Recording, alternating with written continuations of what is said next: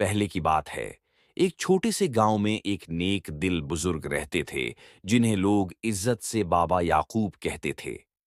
بابا یعقوب کا کام گاؤں کے لوگوں کی رہنمائی کرنا اور ان کے مسائل کا حل تلاش کرنا تھا۔ ان کی دعائیں اور روحانی طاقتوں کی وجہ سے لوگ ان کا بہت احترام کرتے تھے۔ دن اوہ! گاؤں میں ایک عجیب واقعہ پیش آیا۔ گاؤں کے باہر ایک پرانا تابوت اچانک نمودار ہوا۔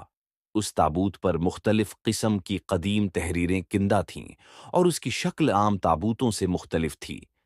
گاؤں کے لوگوں نے اسے تابوت سکینہ کا نام دیا کیونکہ اس میں ایک خاص سکون اور روحانی طاقت محسوس ہوتی تھی۔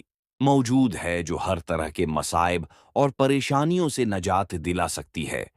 بابا یعقوب نے بھی اس تابوت کی تحقیق کی اور یہ جاننے کی کوشش کی کہ یہ کہاں سے آیا اور اس کا مقصد کیا ہے۔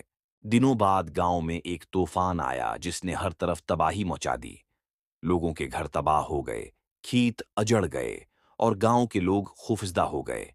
اس مشکل وقت میں بابا یعقوب نے تابوت سکینہ کے پاس جا کر دعا کی اور گاؤں والوں کو بھی دعا کرنے کی تلقین کی۔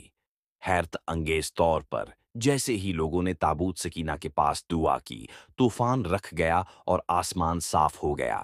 لوگ یہ دیکھ کر حیران رہ گئے اور تابوت سکینہ کی طاقت پر یقین کر لیا۔